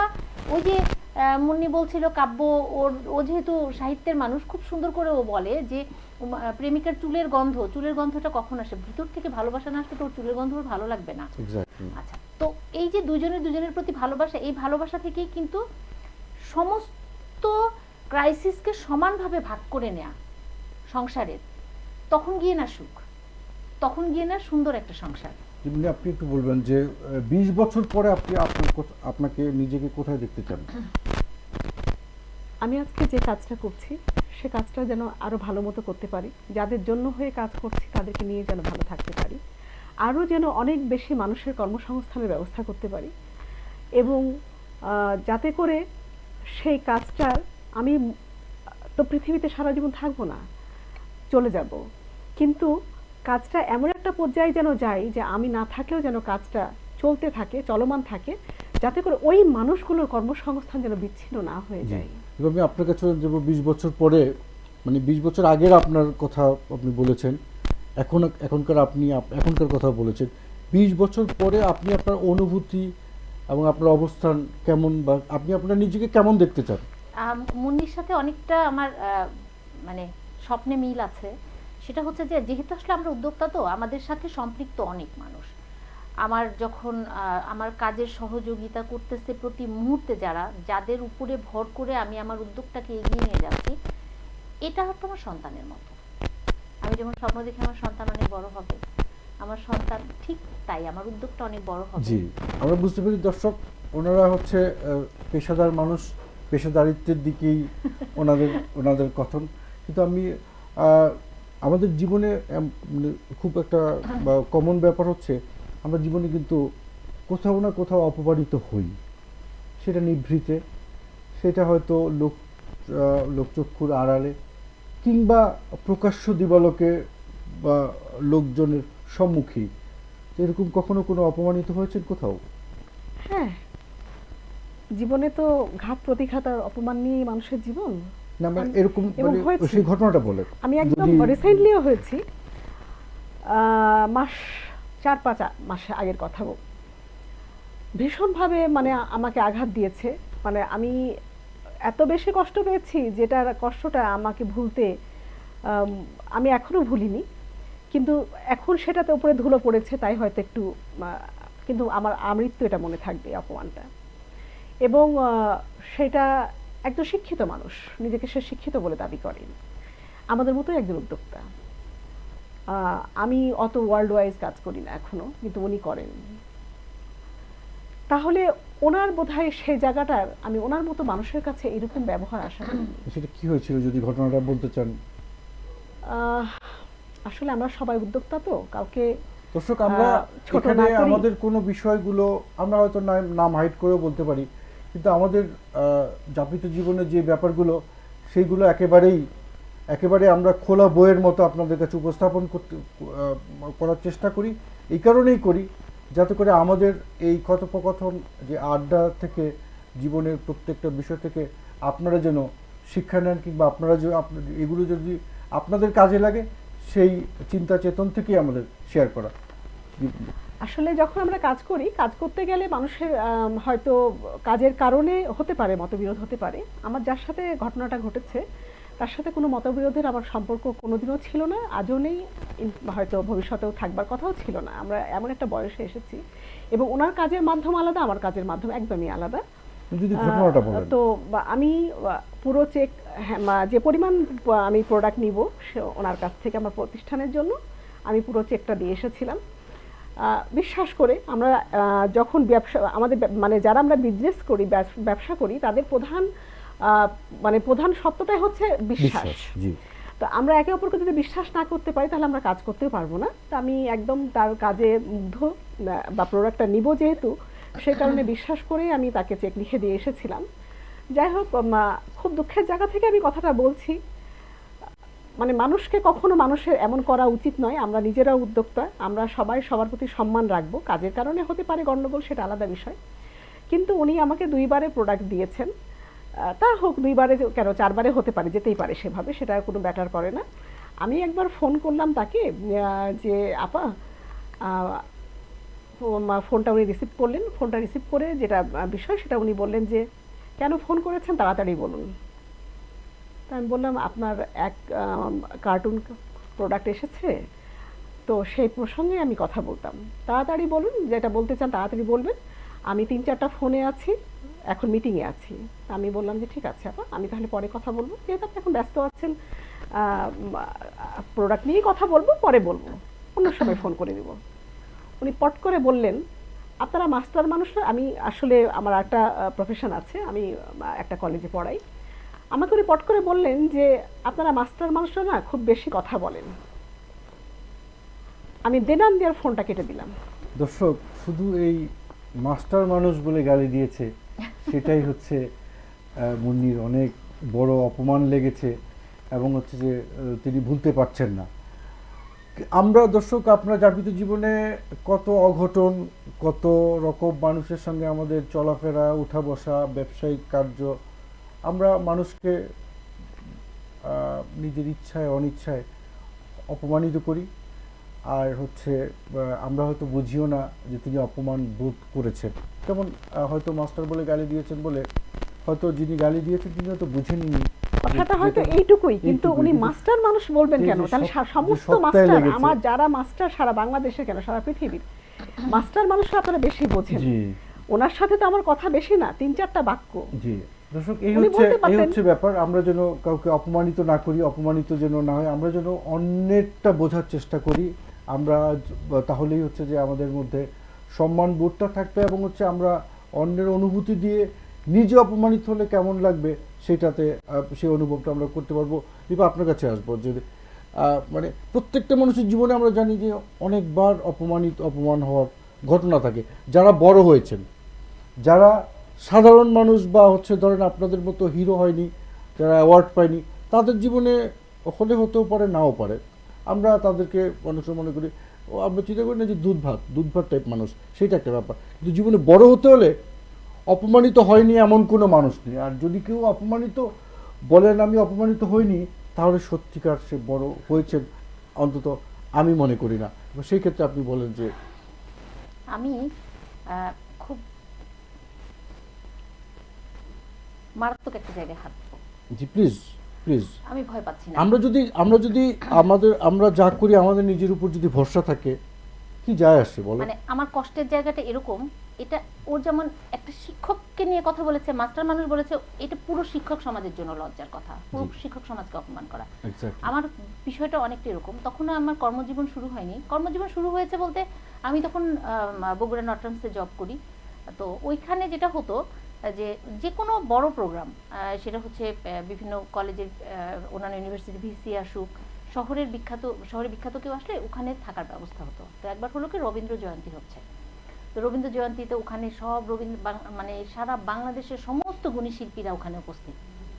তো নটরামসে থাকার ব্যবস্থা হয়েছে। আপনার খালিদ খান, তারপর মিতা হক, এরকম সমস্ত শিল্পীরা ওখানে গিয়েছেন। এখন সানজিদা ফাহমিদা, দুই বোন, বাংলাদেশের ছায়ানট বলতে সানজিদা, ওনাকে চিনে না এমন কেউ নাই।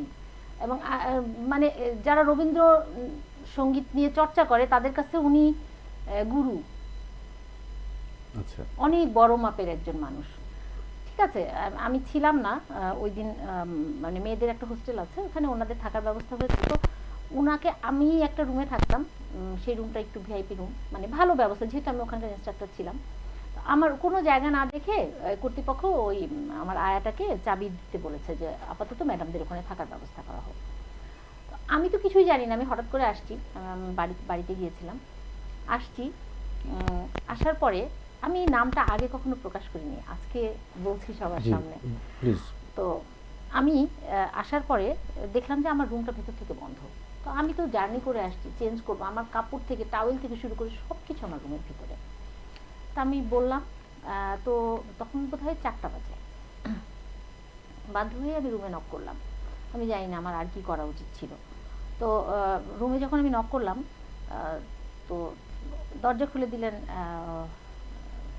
ফাহমিদা ম্যাম, দরজা খুলে দিলেন, দিয়ে তখন বললেন যে আমরা তো আসলে রুমে আছি। বলছে ম্যাম সরি, আপনি কিছু মনে করেন না, আমার তো আসলে জিনিসপত্র সব এখানে, মানে আমার আয়াটা করেছে কি সমস্ত আমার কাপড় জিনিসপত্র সব আলমারির ভিতরে ঢুকিয়ে ওনাদেরকে রুমটা খালি করে দিয়েছে। তো আমি বললাম যে আমার আসলে একটু কাপড়টা অ্যাটলিস্ট নিতে হবে, টাওয়েলটা নিতে হবে। তো আমি ঢুকতে পারি, ও আপনি এইখানকার দায়িত্বে? আমি বললাম জি, এইটা আমার রুম। তো বলতেছে যে আপনার আয়াটা আমাকে মশারি দেয়নি। তো মানে খুব বাজেভাবে উনি কমপ্লেনগুলো করছিল। আমি বললাম কি যে আসলে ম্যাম এইটা তো সরকারি জায়গা, এটার ভাড়া মাত্র 10 টাকা। তো আপনাকে কর্তৃপক্ষরা, আপনি এত বড় মাপের একজন মানুষ এখানে কেন রাখলো আমি তো ঠিক বুঝতে পারছি না। আর এখানে মশারির স্ট্যান্ডগুলো আমি খুলে ফেলেছি, আমি আসলে মশারিতে তো থাকি না, ওকে যদি হ্যাঁ একটা কয়েল এনে দেয়নি, এই কমপ্লেনের পরিপ্রেক্ষিতে বলা। আমি বললাম যে তাহলে তো ওকে একটু বললে ও কয়েলটা এনে দিত, বা ওকে টাকা দিতে হয়, ও তো গরিব মানুষ, ওকে টাকা দিলে ও এনে দিত। উনি তো খুবই রাগ হলো। যাই হোক, আমি আমার কাপড়গুলো নিয়ে বের হয়ে আসলাম। কিছুক্ষণ পরে উনি ওনার আয়োজক কর্তৃপক্ষকে ফোন করে আমার নামে তো বিশাল কমপ্লেন করেছে যে বেয়াদব একটা হচ্ছে আমার রুমে ঢুকেছে, আমার মুখে কথা বলেছে, আমাকে তার আয়াকে দিয়ে সম্মান করায়নি, এগুলো বলেছে। আমি কিছুই বলি নাই, যে ঠিক আছে উনি বড় মাপের মানুষ, রাগ করেছে। কিন্তু উনি কিছুক্ষণ পর ওনার ব্যাগপত্র গুছিয়ে নিয়ে বের হয়ে গেল, আমাকে চাবিটা এরকম করে ছুঁড়ে ফেলে দিল আর বলল কি নিশ্চয়ই রাজশাহী ইউনিভার্সিটির খ্যাত। আমি আজও এই কথাটা ভুলতে পারিনি, আমি আজীবন এটা মনে রাখবো। দর্শক, অপমানের বোঝা ওনাদেরটা এক এক রকম, আমাদেরটা এক এক রকম, জনগণের এক একজনের অনুভূতি এক একজন জায়গা থেকে এক এক রকম। ওনারা নিশ্চয়ই হয়তো বুঝবেন না যে বাড়িওয়ালার অপমানের বোঝাটা কেমন। আমি বুঝি, আমি বাড়ি ভাড়া থাকি তো। দর্শক, আমরা আজ অপমানের কথা বলছি। যাপিত জীবনে প্রত্যেকটা মানুষ, আমরা মানুষ মানে নিজের জায়গাটাকে বা নিজের আগে থেকে নিজেকে চিন্তা করি না বলে আমরা মানুষকে ছোট করতে পারি। ভাড়াটিয়া হিসেবে দুই মানে একই সঙ্গে থাকছে কিন্তু তারা প্রতিবেশী নয়, একজন ভাড়াটিয়া একজন বাড়িওয়ালা। এই যে বিভেদ, এই যে শ্রেণীকরণ, এইটা যে কত বড় অপমানের, কিংবা দর্শক হয়তো আপনারা আপনাদের মধ্যে নিশ্চয়ই তো এমন কেউ থাকবেন, আমি দেখেছি, আমি জেনেছি যে বাড়িওয়ালারা ভাড়া কোনো ভাড়াটিয়ে ভাড়া দিতে পারেনি বলে তাকে নোটিশ দিয়ে একদিনের মধ্যে চলে যেতে বলেছেন। এমনও দেখেছি যে হচ্ছে আপনার পরিবারের তল্পিতল্প শুদ্ধ বাইরে ফেলে দিয়েছে। নিম্ন মধ্যবিত্ত আছে, মধ্যবিত্ত আছে, কিছু মানুষ টাকা হয়েছে, হয়তো উচ্চবিত্ত হয়েছে, তখন আবার হচ্ছে যে আপনার কিন্তু তাদের আচরণের পরিবর্তন হয়নি কিংবা মানসিকতার পরিবর্তন হয়নি। আমরা সেই রকম বাড়িওয়ালাদেরকে বলতে চাই, আপনি যখন ভাড়াটিয়া হিসেবে এরকম ছিলেন বা থাকবেন, বা যদি কখনো এরকম সিচুয়েশনে পড়েন, তাহলে আপনার কতটা অপমান আপনার লাগবে এটা হয়তো আপনি অনুভব করতে এখন পারছেন না, বা ওইরকম থাকলে হয়তো পারতেন। আবার আমরা এমনও দেখেছি, এই যে করোনাকালীন সময় এমনও অনেক বাড়িওয়ালা আছে যারা আপনার ভাড়াটিয়ার ভাড়া মওকুফ করে দিয়েছে। মানুষে মানুষে বিভেদ, মানুষে মানুষে ডিফারেন্স থাকছে, তফাৎ থাকছে, সব কিছু ডিপেন্ড করে মানবীয় গুণাবলীর উপরে। মানুষ হিসেবে আপনি কেমন, আমি কেমন, আমরা কার সঙ্গে কেমন আচরণ করছি, আচরণগত বিষয় নিয়েই কিন্তু আমাদের মধ্যে মনুষ্যত্বের বিকাশ এবং প্রকাশ। আমরা অনেকেই বলে থাকি যে আপনারা দর্শক, আপনারা যারা আমার মতো মাঝে মাঝে বাসে চড়েন, তারা দেখেন বাসে লেখা থাকে ব্যবহারে বংশের পরিচয়। কথাটা খুব সামান্য, কিন্তু কিন্তু অনেক বড় একটা ব্যাপার। কারণ হচ্ছে যে আপনি কোন ফ্যামিলি থেকে এসছেন, কীরকম আচরণ করছেন, আপনি কোন বিষয়ের জন্য কেমন আচরণ করছেন, বা এটা আপনার সঙ্গে যায় কিনা বা আপনার স্ট্যাটাসের সঙ্গে যায় কিনা, এগুলো চিন্তা করে আচরণ করবেন। এবং আমরা মনে করি যে তখনই আপনি একজন সত্যিকার মানুষ হবেন। রিপা, আমরা ইদানিং নতুন একটা বা নতুন বাংলাদেশের অনেক মানে মিডিয়াতে অনেক বিষয় দেখি, যেমন সিনেমা দ্য মুভি, আপনারা দেখেন কি?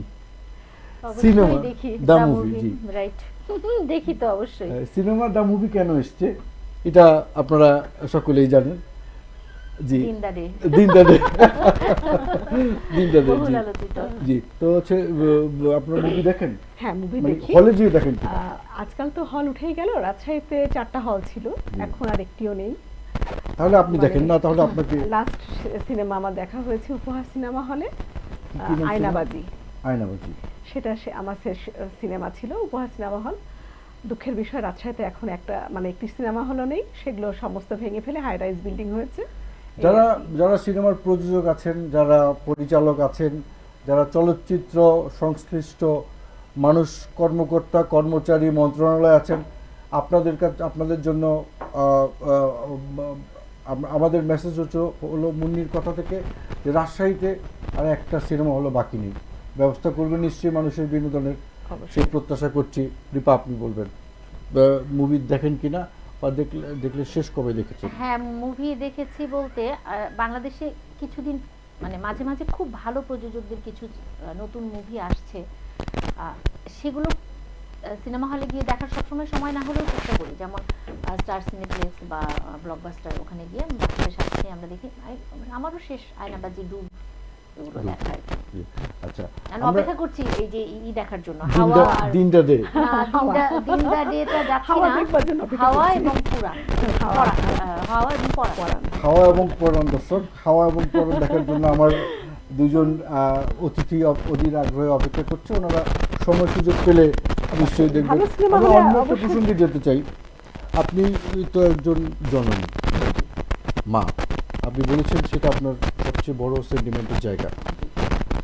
আপনারও তো মা ছিলেন বা আছেন, উনি কি জীবিত আছেন? হ্যাঁ। আচ্ছা, আপনি আপনার মায়ের জন্য কি করছেন, কতটুকু সময় দিচ্ছেন? খুব কঠিন সত্যের মুখোমুখি হলাম। সেটা হচ্ছে যে আমার আমার আমার একটু পেছনে যেতে হবে। জি, অনুষ্ঠানের সময়টা আমি আসলে ভাবছি যে কতটুকু কথা বলতে পারবো। আমি যখন খুব ছোট, আমার 2 বছর প্লাস, হয়তো 3 হয়নি, এই সময় আমার ফুপু ছিলেন নিঃসন্তান। তো আমার বাবা তার বোনকে আমাকে দিয়ে দিয়েছিলেন। সেটা আমার খুবই ছোটবেলা, আমার কিচ্ছু মনে নেই। তো আমি গল্প শুনেছি যে আমার মা আজীবনই আমার আব্বাকে এটার জন্য দোষারোপ করে গেছেন, কান্নাকাটি করেছেন, এবং এখন পর্যন্ত তার ওই হতাশার জায়গাটা যায়নি। কারণ আমি এই বাড়িতে আমার এই বাবা মার একমাত্র সন্তান হিসেবে বড় হয়েছি। এতটাই আমি তাদের সাথে মানে আবেগের সম্পর্কে, এতটাই আমাদের অ্যাটাচমেন্টটা অনেক বেশি। অনেক বেশি। মানে আমার বাবা স্বাভাবিক। 1.5 বছর হলো মারা জন্ম গেছে। দিলেই তো শুধু বাবা মা হয় না, না। যারা জন্ম দেয় না এই যে লালন পালন করলেই তো সত্যিকার সবকিছু। মায়াটা হয়। আমার বাবা যিনি আমার জন্মদাতা নন, কিন্তু আমি আমার নিজের বাবাকে আমি আসলে আমার এটা অন্যায় হয় হয়তো বা, কিন্তু আমি ঠিক ওই রকম দায়িত্ব পালন করি না যে একটা ফোন করা নিয়ম করে, বা ঈদের দিন আমাকে আব্বাকে ফোন করতেই হবে, বা প্রতিদিন সকালবেলা উঠে আমার আব্বার সাথে কথা বলতেই হবে। এই জিনিসটা আমার অতটা আসে না যতটা আমার যে বাবাকে আমি হারিয়েছি, আমার যিনি আমাকে বড় করেছেন, তার কোলে পিঠে বড় হওয়া, তার কাছে আমার পড়ালেখা শেখা, এবং আমার এই যে উদ্যোক্তা জীবন, আমার এটা শুরুই আমার মায়ের কাছ থেকে। আমি কিন্তু সেলাই, যা কিছু ডিজাইন সব শিখেছি আমার মায়ের কাছ থেকে। আমার মা উপন্যাসের নায়িকার মতো ছিলেন। আমাদের বাড়িতে একটা চেরি ফুলের গাছ ছিল, আমার মায়ের রান্নার চুলাটা ছিল চেরি গাছের নিচে, আমার মা চেরি গাছের নিচে বসে রান্না করতো। আমার না এই এই দৃশ্যটা আমার কাছে ছবির মতো। আমার বাড়িতে কোথাও এক কোনো ধুলা থাকতো না, অসম্ভব সুন্দর করে মা ফুল গাছ লাগাতেন। আমি ছোটবেলা থেকে এগুলো দেখে দেখে শিখে শিখেই বড় হয়েছি। তো আব্বা মারা যাওয়ার পর থেকে মা মানসিকভাবে খুবই বিধ্বস্ত, কিন্তু আমাদের দেশের মেয়েদের যে একটা ব্যাপার আছে না, স্বামীর ভিটা, আমার মাকে আমি আনতে পারিনি। দর্শক, আমরা আমরা আমাদের বাবা মায়ের প্রতি কতটা আসলে যত্নবান, কতটা খবর নিচ্ছি, আসলে কি নিচ্ছি? আমরা শুধু সন্তানের পিছনেই ছুটছি। এমনকি সংসারেও এমন আমরা দেখতে পাচ্ছি এখনকার যাপিত জীবনে, যে হাজবেন্ডকে কেয়ার না করে বাচ্চাদের কেয়ার করছে। মানে মূল যে সংসারের যে মন্ত্রটা, যে যন্ত্রটা, যে ইন্ডাস্ট্রিটা, যে বন্ধনটা, যে মায়ার জায়গাটা, সেইটাকে বাদ দিয়েও বাচ্চাদের জন্য দৌড়াচ্ছে। অথচ তার যিনি মা আছেন তাকে তার জীবনে কতটুকু সময় দিচ্ছেন সেটা কিন্তু আমরা কল্পনা করছি না। বাচ্চার জন্য আমি যতটুকু করছি, আমার মা আমার জন্য ততটুকু করেছেন। আমি বাবা হিসেবে আমার সন্তানের জন্য যা করছি, আমার বাবাও আমার জন্য তাই করেছেন। কিন্তু আমি শুধু আমার সন্তানের জন্য করছি, বাবাকে ভুলে যাচ্ছি। দর্শক, আশা করি আমরা সবাই ব্যাপারটা চিন্তা করব, এবং আমাদের সবাই সবার বাবা মাকে হয়তো হয়তো বলাই হয় না ভালোবাসি। বলুন প্লিজ। আমি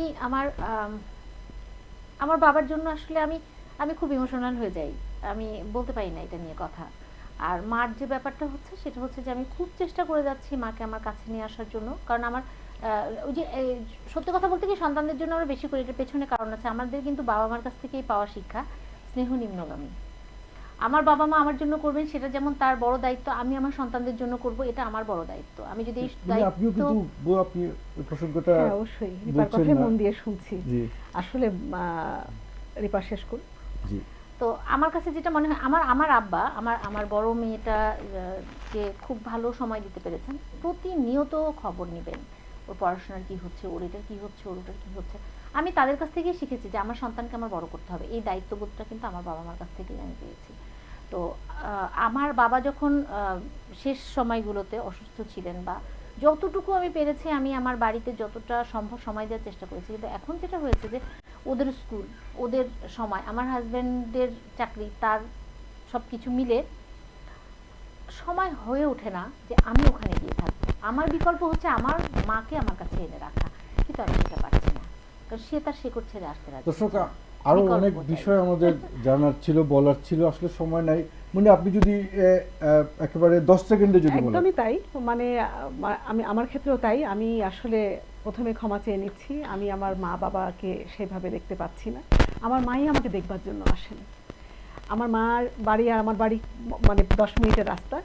আমার মা আমাকে এখনো দেখবার জন্য আসেন, প্রায় প্রতিদিনই আসেন। আমি আমার দর্শক, মাকে আমরা দেখতে যেতে পারি না নানান ব্যস্ততার আবেগে কারণে। আপ্লুত হয়ে যাচ্ছি। আমরা আমাদের বন্ধনের জায়গাটাতে, আমাদের যাপিত জীবনের সম্পর্কের জায়গাগুলিতে আমরা সত্যি মানে হচ্ছে যে কখনো অপারগ, কখনো হচ্ছে ইচ্ছা করে করি না, অথবা হয়তো খেয়ালই হয় না।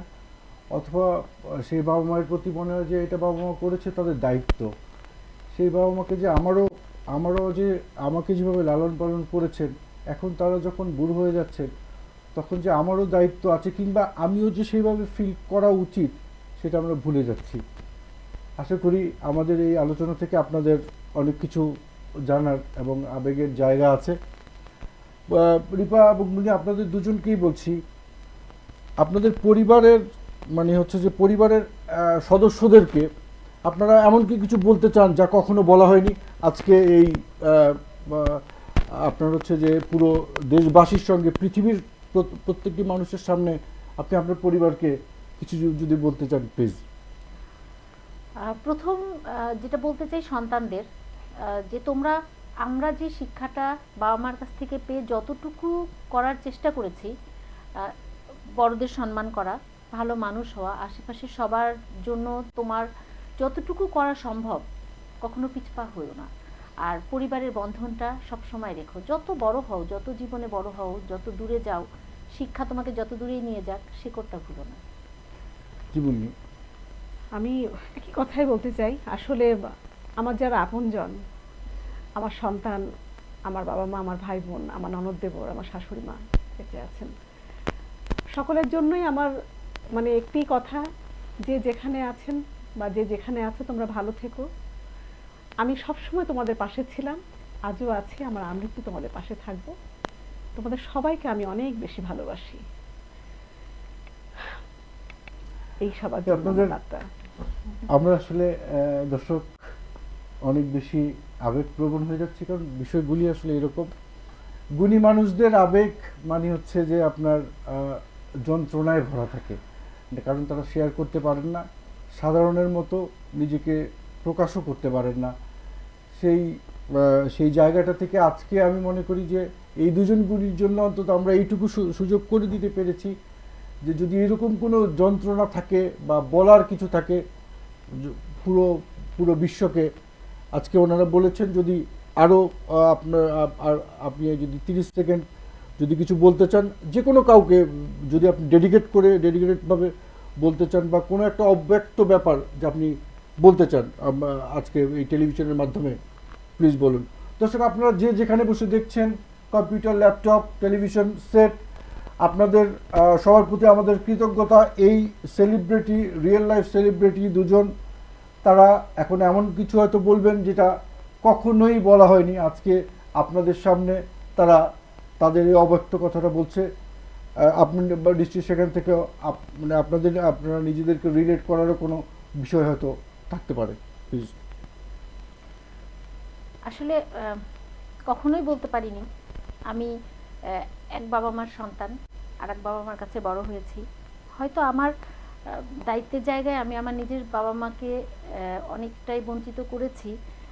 সেই বঞ্চনার জায়গাতেও আমার অভিমানই ছিল। আর বাবা আমাকে যিনি পালন করেছেন উনি দুনিয়া থেকে চলে গেছেন। দুই পরিবারের মধ্যে যে একটা বিশাল অসন্তোষ ছিল অধিকার বোধ নিয়ে আমার প্রতি, সেটার কারণে আমি একটা পক্ষ বেছে নিয়েছিলাম। আমার সবার কাছে, আমার বাবা মা নিজের এবং আমাকে যারা বড় করেছেন, দুপক্ষের কাছেই হয়তো আমার কোনো আচরণে তারা কখনো না কখনো কষ্ট পেয়েছেন, কারণ এটা এমন একটা ব্যাপার ছিল, কখনো না কখনো আমাকে কোনো না কোনো পক্ষ নিতে হয়েছে। আমি নিরপেক্ষ থাকতে পারিনি। সেক্ষেত্রে আমি ক্ষমা চাই। আমি আমার দু বাবা মার কাছেই ক্ষমা প্রার্থী, তোমরা আমাকে ক্ষমা করো। দর্শক, যেই সত্য, যে অব্যক্ত কথা কখনোই বলা হয়নি, আজকে এই পুরো বিশ্বের সামনে আমাদের এই বাংলাদেশ লাইফস্টাইলের মাধ্যমে, লাইভ একটা প্রোগ্রামের মাধ্যমে দীর্ঘ পারবেন রিপা শেয়ার করলেন। উনি, আপনারা যদি এমন কিছু থাকে, যদি কিছু বলার থাকে যা কখনোই বলা হয়নি। আবেগের জায়গা তো গলা ভারী হয়ে আসে, এগুলো সব আবেগের জায়গা। আমাকে সবাই খুব রাগী বলে জানে, আমার উভয় পক্ষেই, আমার বাবার পরিবারে এবং আমার শ্বশুরবাড়ির পরিবারে সবাই বলে যে আমি প্রচন্ড রাগী। আজকে শুধু একটা কথাই আমি বলতে চাই, অনেক বেশি আমি আবেগপ্রবণ হয়ে পড়লাম। তোমরা সবাই শুধু আমার রাগ দেখেছো, ভালোবাসাটা কেউ দেখনি।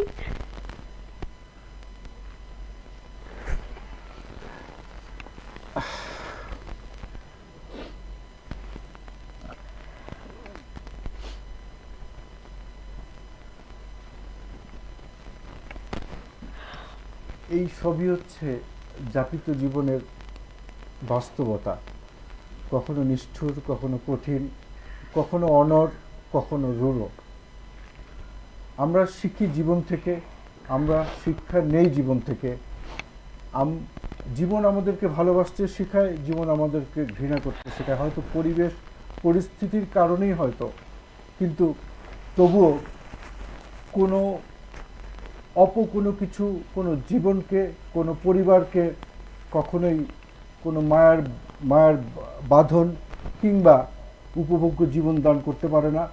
আসুন আমরা আজকের আমাদের এই আড্ডা থেকে একটা অন্তত শিখি যে আমরা সবাই মায়ের বাঁধনটাকে কখনো যেন না ছিঁড়ি। সালাম বাংলাদেশ।